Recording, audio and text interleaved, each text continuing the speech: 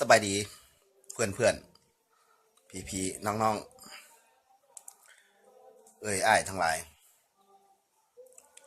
วันนี้มีขอของใจหลายอย่างนะวันนี้นะ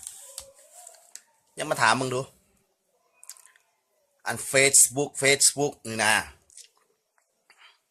ขอถามได้ดูอันบักอันซักกระเบิกซักกระเบือนะบักเจ้าของ Facebook นี่นะหัวหน้าศูนย์นี่นะ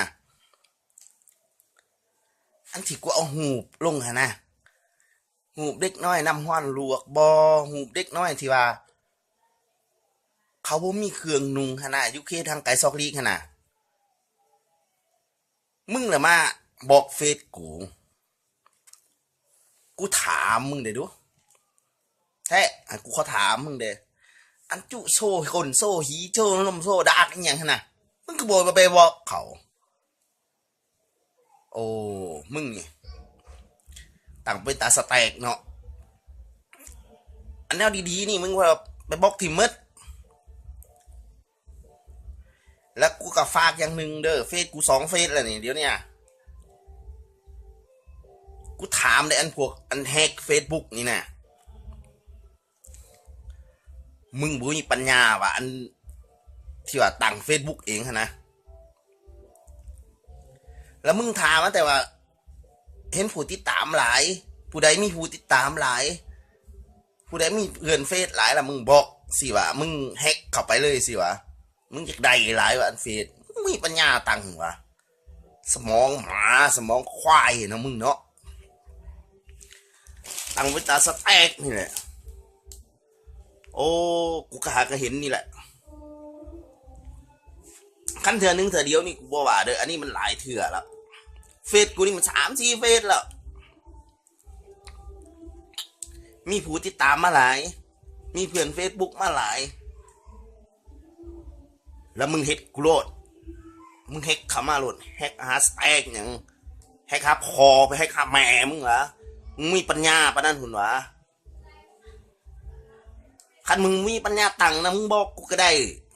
ตังให้มือนึง5 เฟซกูก็ยังตังให้ได้10 เฟซกูก็ตังให้ได้มึงมาโลดมึงสิไปแฮกผู้นั่นแฮกผู้นี่อยู่โอ้สมองควายเนาะมึงเนาะและอันผู้ใดที่ว่าอันหู้ภาษาอังกฤษนะ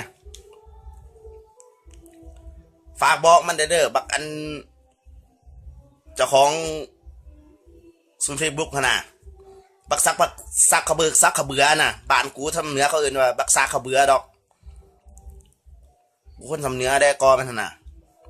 กูว่าเวียงมันกับบุคคลเอาอะไรซ้ำนี่แหละเนื้อจริงสิแหละฝากบอกมันได้ผู้ใดหู้อันภาษาอังกฤษนะบักซักขะเบือนะอันแนวดีๆมึงบ่มักมึงมักไปว่าเขาโซ่กลโซ่นมโซ่ดากสิว่าโซ่หีสิว่ามึงมักไรโคตรแมงเฮ็ดหยังกับเบิ้งเลยที่อันนี้ทาแต่บล็อกผู้นั่นบล็อกผู้นี่เขาเฮ็ดแนวดีๆมึงไปบล็อกทิมเขาสวยหรือสังคมมึงไปบล็อกมึงไปสแปมหาพอหาแม่สุบ่ฝากเด้อผู้ใดที่ว่าฮู้ภาษาอังกฤษฝากไปบอกมันเด้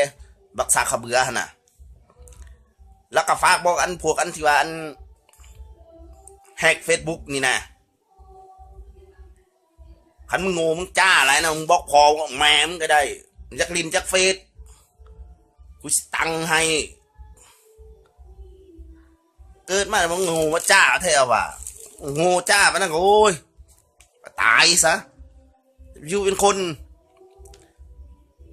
คันบ่มีปัญญาน่ะตั้ง Facebook ซื่อๆหั่นน่ะกูเลยเบื่อซ้ำพวกหานี่